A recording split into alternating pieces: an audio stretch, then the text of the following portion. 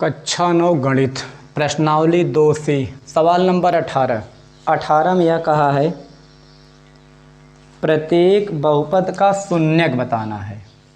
शून्यक मतलब हल, इसे हल करना है।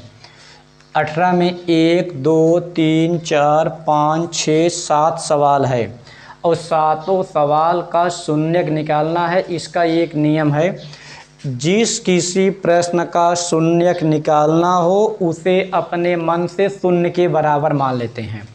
जिस किसी प्रश्न का शून्यक निकालना हो या हल करना हो उसे अपने मन से शून्य के बराबर मान लेते हैं।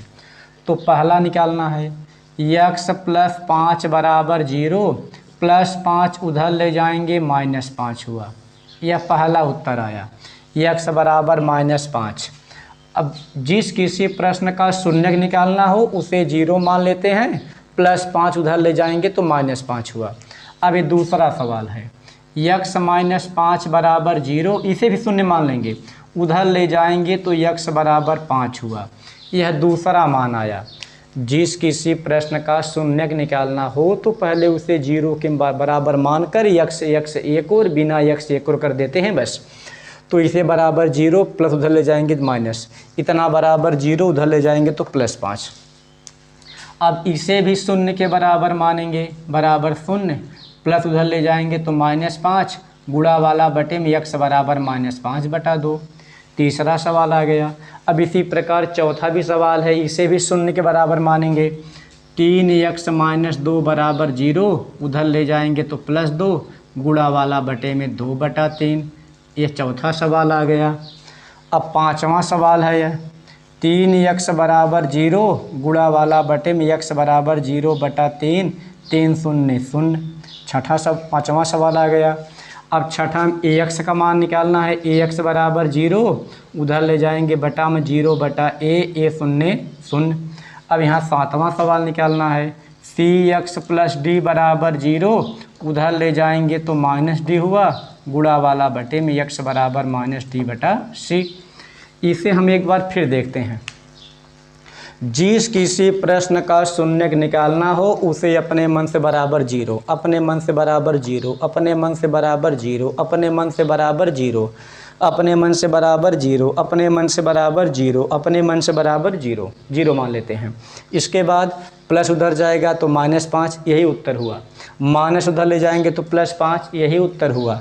उधर ले जाएंगे तो -5 गुणा वाला बटे में हुआ, यही उत्तर हुआ। माइनस उधर ले जाएंगे तो प्लस हुआ, गुणा वाला बटे में, यही उत्तर हुआ। 3x = 0 गुणा वाला बटे में 3 0 0, यही उत्तर हुआ। ax = 0 गुणा वाला बटे में a 0 0, यही उत्तर हुआ। प्लस उधर ले जाएंगे तो माइनस गुणा वाला बटे में, x = -d/c। यह सवाल नंबर 18 का उत्तर था। हम लोग देखते हैं सवाल नंबर 19।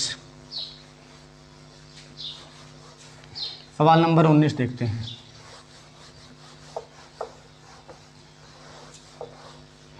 उन्नीस में कहा है शेषफल बताओ। पहला x³ + 3x², x³ + 3x² + 3x + 1 + 3x + 1 में इसमें 5 सवाल दिया है। पाँचों से भाग देकर इसका शेषफल निकालना है। पाँचों से भाग देकर इसका शेषफल निकालना था। तो पहला सवाल है 19 का पहला भाग देना है x + 1 से, x + 1 से भाग देकर शेषफल निकालना है। यदि केवल शेषफल पूछा हो, यदि भागफल न पूछा हो तो भाग देने की कोई ज़रूरत नहीं है। जब शेषफल ही पूछा हो, केवल शेषफल पूछा हो, तो जिससे भाग देना हो उसे मान लेते हैं 0 के बराबर। यदि शेषफल केवल पूछा हो तो जिससे भाग देना होता है उसे मान लेते हैं 0 के बराबर। अब +1 उधर ले जाएंगे तो x = -1 हुआ। इस जहाँ जहाँ x है वहाँ रखेंगे -1, तो शेषफल आ जाएगा।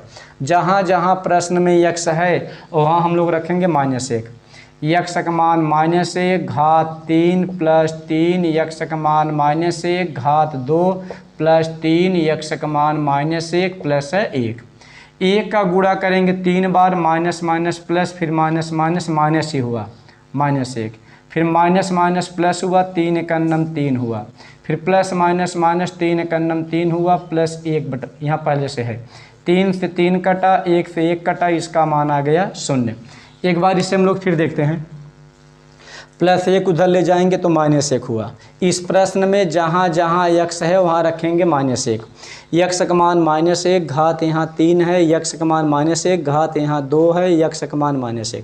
माइनस गुणा 3 बार करेंगे तो -1 आया, माइनस गुणा 2 बार करेंगे तो माइनस माइनस प्लस 3 एकन्नम 3 आया, प्लस माइनस माइनस 3 हुआ प्लस 1 हुआ, 3 से 3 कटा 1 से 1 कटा, इसका शेषफल आ गया 0।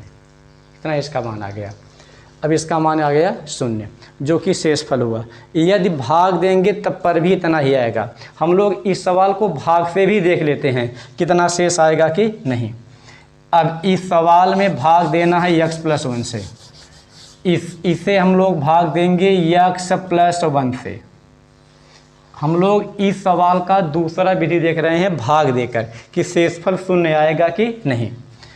भाग देने के लिए पहला मान कटना चाहिए। 3 है, यहाँ 1 है, 2 कम है, जितना कम है उतना बार ले चले जाते हैं। 2 1 3, फिर x² एकन्नम यहाँ आया x², चिन्ह बदल जाएगा, प्लस है तो माइनस, प्लस है तो माइनस, यहाँ कटा।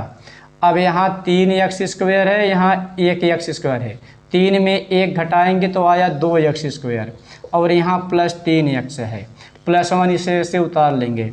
पहला मान 2x² आना चाहिए, तो यहाँ 2 यहाँ बाहर ले जाएंगे, 2 एकन्नम 2, x घाते 2 आना चाहिए, 1 है 1 ले जाएंगे, 1 1 2, फिर 2 एकन्नम 2x आया, चिन्ह बदल जाएगा, प्लस है तो माइनस, प्लस है तो माइनस, यहाँ कटा।